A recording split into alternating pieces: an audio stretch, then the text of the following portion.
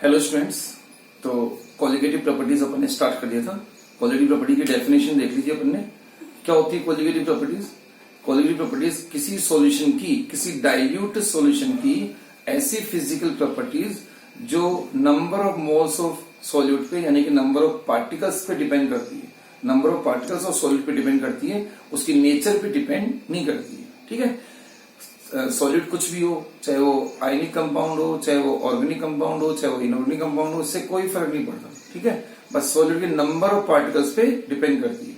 तो कल अपन ने एक एग्जांपल लेके इसका जब डेफिनेशन बनाई थी तो अपन ने यूरिया का, ग्लूकोज का और NaCl का इनका एग्जाम्पल लिया था। ठीक है, तो डेफिनेशन में अपन ने देख लिया था कि नंबर ऑफ पार्टिकल पे डिपेंड करती है ऐसी फिजिकल प्रॉपर्टीज डाइल्यूट सॉल्यूशन की जो नंबर ऑफ पार्टिकल्स पे डिपेंड करे, नेचर पे डिपेंड ना करे। ठीक है, फिर अपने इसमें यह भी समझा था कि अगर मान लीजिए सॉल्यूट का in the solution after mixing, after dissolution, अगर सॉल्यूट का डिसोसिएशन हो रहा है, एसोसिएशन हो रहा है, number of particle after mixing decrease या इंक्रीज हो रहे हैं, तो उससे भी क्वालिटी प्रॉपर्टीज वेरी कर जाएगी, है ना। तो वो सब चीजें भी आगे आएंगी। तो टोटल 4 क्वालिटी प्रॉपर्टीज है जो हमको पढ़नी है। ठीक है, कौन कौन सी है? फर्स्ट अपन ने देखी थी relative lowering of vapour pressure, एक तो ये रहेगी RLVP। ठीक है, सेकेंड आएगी elevation in a boiling point EBP, depression in freezing point DFP बोलेंगे इसको, एंड ऑस्मोटिक प्रेशर OP। ठीक है, क्वालिटी जो टर्म है उसका मीनिंग अपन ने बनाया था। क्वालिटी टर्म का मीनिंग कि को यानी कि टुगेदर, और लिगेयर मीन्स टू लिंक और टू बाइंड, यानी कि ऐसी प्रॉपर्टी जो एक दूसरे से लिंक्ड रहती है, यानी कि interlinked property, inter related property, है ना। तो अब इस मीनिंग का तो अपन को जैसे जैसे अपन प्रॉपर्टीज को स्टडी करेंगे वैसे वैसे अपन को ये मीनिंग का मतलब समझ में आता जाएगा क्वालिटेटिव मीनिंग क्यों रखा गया, कि कैसे एक दूसरे से इंटर रिलेटेड रहती है। ठीक है, तो वन बाय वन जैसे जैसे अपन इनको डिस्कस करेंगे तो आती रहेगी बातें समझ में। फर्स्ट अपन ले रहे हैं कौन सी? RLVP, relative lowering of vapour pressure. ठीक है, आओ देखो, तो बहुत ही इंपॉर्टेंट टॉपिक है colligative properties. Colligative properties, colligative properties बहुत ही इंपॉर्टेंट टॉपिक। ठीक है, मोस्ट ऑफ द जो न्यूमेरिकल्स हैं चैप्टर में वो इसी पोर्शन से बनते हैं। ठीक है, कॉलिगेटिव मीनिंग तो अपन ने कल समझ लिया था। को यानी क्या? टुगेदर,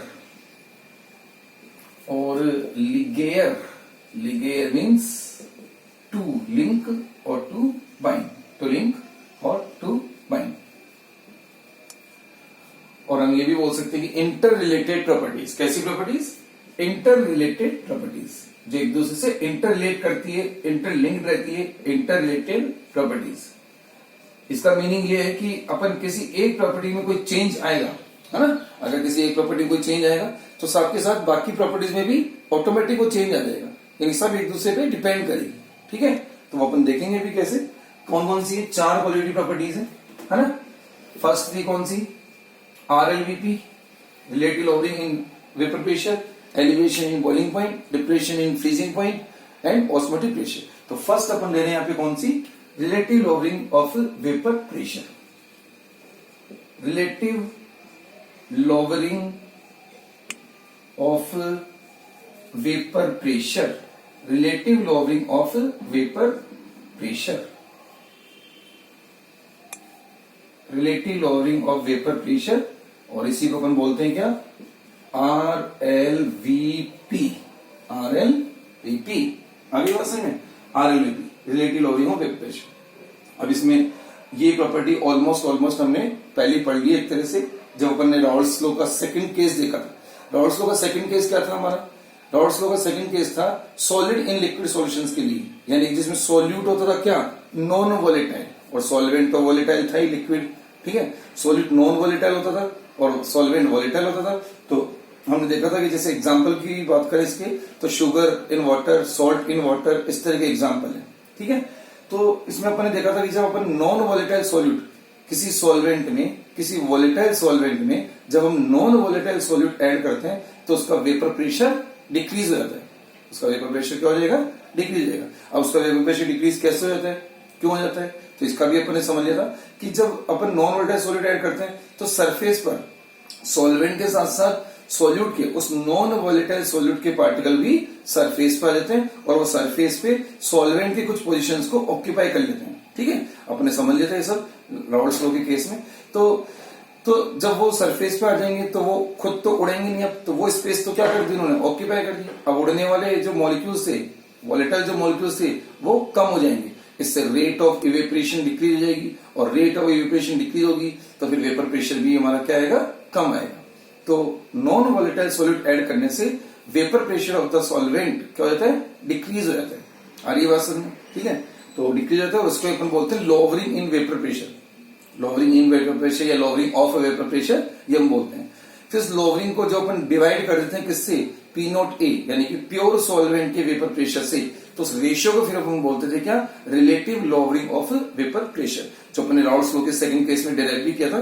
क्या था उसका एक्सप्रेशन क्या था, एक्सप्रेशन ये था P0A minus PS upon P0A, जो ये किसके इक्वल आता था, है ना, ये रेशियो किसके इक्वल होता था, XB। ये आ गया था अपना, ठीक है, ये आया था from second case of Raoult's law, second case of Raoult's law. Raoult's law का जो अपन ने सेकंड केस पढ़ा था, सॉलिड इन लिक्विड सॉल्यूशन वाला, ठीक है, राउल्ट्स लॉ, ये वहां से आ गया था, ठीक है। इसमें कौन कौन क्या क्या है, P0A क्या है, लो साइड में मेंशन कर देते हैं। P0A vapour pressure of pure solvent, pure solvent का वेपर प्रेशर, ठीक है। PS क्या है, vapour pressure of solution, solution का वेपर प्रेशर, जिसको अपन टोटल वेपर प्रेशर भी बोलते हैं। क्या बोलते हैं, total vapour pressure, total vapour pressure, ठीक है। XB क्या है, mole fraction of non volatile solute, non volatile solute के मोल फ्रैक्शन। आ रही बात समझ में, ठीक है। तो P0A प्योर सॉल्वेंट का vapour pressure, PS vapour pressure of solution, XB mole fraction of non volatile solute, ये था। इस फ्रैक्शन को हम क्या बोलते हैं, relative lowering of vapour pressure. अगर हम बात करें P0A माइनस PS की, तो P0A माइनस PS, ओनली ये जो डिफरेंस है ये तो है lowering of vapour pressure, lowering of vapour pressure, ये तो क्या कहलाता है, only lowering of vapour pressure. ये कोलिगेटिव प्रॉपर्टी नहीं है, इसका रेशियो जब करते हैं अपन, है ना, इसको अपन ने डेल्टा P, इसको अपन ने डेल्टा P भी बोल दिया था, डेल्टा P से डिनोट कर दिया था बाद में इसको अपन ने, ठीक है। P0A इसका जो रेशियो है P0A के साथ, यानी कि P0A minus PS upon P0A, इसको फिर बोला था क्या, relative lowering of vapour pressure, ये RLVP। आ रही बात समझ में, ठीक है। तो वी नो दैट कि जब अपन नॉन वोल्टेज सॉल्यूट अपन ऐड करते हैं सॉल्वेंट में, तो वेपर प्रेशर क्या होता है, सॉल्वेंट का डिक्रीज हो जाता है। तो उस डिफरेंस को तो क्या बोलते हैं, जो डिफरेंस है केवल उसको तो बोलते हैं लोवरिंग ऑफ वेपर प्रेशर। इस डिफरेंस का यानी कि लोवरिंग का रेशियो किसके साथ, P0A के साथ क्या कहलाता है, relative lowering of vapour pressure, जो कि किसके इक्वल होता है, फिर XB के इक्वल होता है ना। RLVP फिर किसके इक्वल है, ये इक्वल होता है किसके, XB के, mole fraction of non volatile solute के।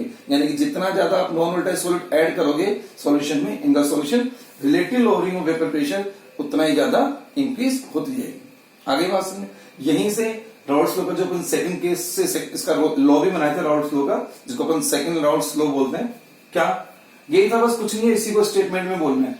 RLVP यानी कि relative lowering of vapour pressure in a solvent, किसी सॉल्वेंट के वेपर प्रेशर में जो रिलेटिव लोवरिंग हुई है वो किसके इक्वल होती है, mole fraction of non volatile solute के इक्वल होती है। इसको अपने राउल्ट्स लॉ का सेकंड लॉ भी बोला था, या आप यू भी बोल सकते हो कि Raoult's law for solid in liquid solutions. आगे बात समझ में, ठीक है। तो ये सारी चीजें पहले भी देख ली थी, अब इसी को थोड़ा सा आगे और कंटिन्यू करते हैं। देखो यहां तक तो हो ही गया, है ना। अब देखो, अब जो ये मोल फ्रैक्शन है, ठीक है, और इस मोल फ्रैक्शन का अपन यहाँ पे अगर फॉर्मूला पुट कर दें तो क्या बन जाएगा formula, P0A minus PS upon P0A, है ना। तो मोल फ्रैक्शन की जगह पे अपन लिख सकते हैं NB upon Na plus NB, कर सकते हैं ना, ठीक है। Na NB क्या है यहाँ पे, एन ए हमने पहले भी बोल रखा है, बार बार बोल रहे हैं, पूरे होल चैप्टर में, सॉल्यूशन चैप्टर में ए जो नोटेशन अपन यूज कर रहे हैं वो सॉल्वेंट के लिए यूज कर रहे हैं, बी कैपिटल बी जो यूज कर रहे हैं वो अपन सॉल्यूट के लिए यूज कर रहे हैं। तो N A number of moles of solvent, N B number of moles of solute, है ना। तो साइड में लिखते चलते हैं इनको, N A number of moles of solvent, है ना, सॉल्वेंट के, ठीक है। N B number of moles of solute, ठीक है, ये आ गया। तो अपन ये कर सकते हैं इसके ऊपर, आ रही बात समझ में, ठीक है। तो ये हो गया। अब अगर मान लीजिए हमारा सॉल्यूशन कैसा है, if solution is very dilute, solution is very dilute, है ना। वैसे भी हमने बोला था कि कोलिगेटिव प्रॉपर्टी कौन से सॉल्यूशन के लिए डिफाइन की गई है, कोलिगेटिव प्रॉपर्टी डिफाइन की गई है डाइल्यूट सॉल्यूशंस के लिए, ठीक है। तो अगर सॉल्यूशन हमारा डाइल्यूट है, वेरी डाइल्यूट है, तो उस केस में, अच्छा वेरी डाइल्यूट, डाइल्यूट का क्या क्राइटेरिया है, कब तक हम सॉल्यूशन को डाइल्यूट मानते हैं। तो डाइल्यूट का क्राइटेरिया है जब अप टू 5%, जब सॉल्यूट का अमाउंट कितना हो उसके अंदर, सॉल्यूट अप टू 5% हो। अप टू 5% का मतलब कि ये परसेंटेज मास परसेंटेज है। इसका मीनिंग हुआ कि 5 ग्राम, अगर 5 ग्राम उसमें सॉल्यूट है तो 95 ग्राम उसमें कौन है, सॉल्वेंट है। इतना डाइल्यूट होगा। तो इतना डाइल्यूशन जब होगा तो अप टू 5% का जब डाइल्यूशन होगा तो उस केस में Na प्लस NB, है ना। अब NB को हम क्या कर सकते हैं, यहाँ पे नेग्लेक्ट कर सकते हैं, क्योंकि अब number of moles of solute negligible होंगी, ठीक है। Number of moles of solute negligible होंगे तो अब आप इसको ऑलमोस्ट किसके इक्वल लिख सकते हो, Na के, आ गया। तो ये चीज हमारी क्या हो गई है, अब नेग्लिजिबल हो गई है। क्यों, क्योंकि सॉल्यूट का अमाउंट बहुत ही कम है, तो उसके नंबर ऑफ मोल्स भी क्या आएंगे, बहुत ही कम आएंगे। नंबर ऑफ मोल्स बहुत कम आएंगे तो Na प्लस NB का सम ऑलमोस्ट Na हो जाएगा, ठीक है। तो अब ये Na आ जाएगा। तो अब हम इस फ्रैक्शन को कैसे लिख सकते हैं, इस फ्रैक्शन में अब नीचे जो Na प्लस NB है उसके लिए भी ओनली क्या हो जाएगा, Na। ऊपर वाला NB तो नेग्लिजिबल होगा नहीं, क्यों, कि नेग्लिजिबल तो किसी के रेस्पेक्ट में होता है, ठीक है। अकेली कोई चीज नेग्लिजिबल नहीं होती है। जैसे NB अपन ने यहाँ पे नेग्लेक्ट किया है Na के रेस्पेक्ट में, है ना, साथ में Na, तो Na के रेस्पेक्ट में NB नेग्लिजिबल होगा, ओनली NB नेग्लिजिबल नहीं होगा, ठीक है। ये तो अब इसको अपन कैसे लिख सकते हैं, अब अपन इसको लिख देते हैं। अब जब ये अपने नेग्लिजिबल कर लिया है तो अब हमारा एक्सप्रेशन क्या हो जाएगा, RLVP का P naught A minus PS upon P naught A equals to NB upon Na, ठीक है। NB अपॉन Na आ गया, आ रही है बस समझ में, NB अपॉन Na। अब NB और Na नंबर ऑफ मोल्स है, इनके लिए फॉर्मूला क्या है, NB, है ना। NB नंबर ऑफ मोल्स है, नंबर ऑफ मोल्स का फॉर्मूला क्या होता है, मास इन ग्राम अपॉन मोलर मास, है ना। तो मास इन ग्राम अपॉन मोलर मास, तो WB अपॉन कैपिटल NB। अब WB क्या है यहाँ पे, WB है मास इन ग्राम ऑफ किसका, सोल्यूट का, है ना। B तो सोल्यूट के लिए है, MB क्या है, molar mass of solute, molar mass of solute, आ गई बात समझ में, ठीक है। Similarly Na WB WA upon MA, वही बात, ये मास इन ग्राम हो जाएगा और ये इसका मोलर मास हो जाएगा, ठीक है।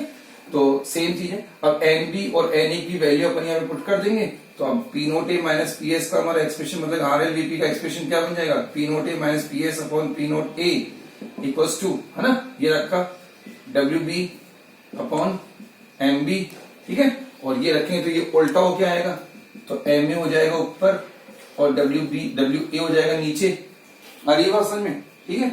तो ये बन गया।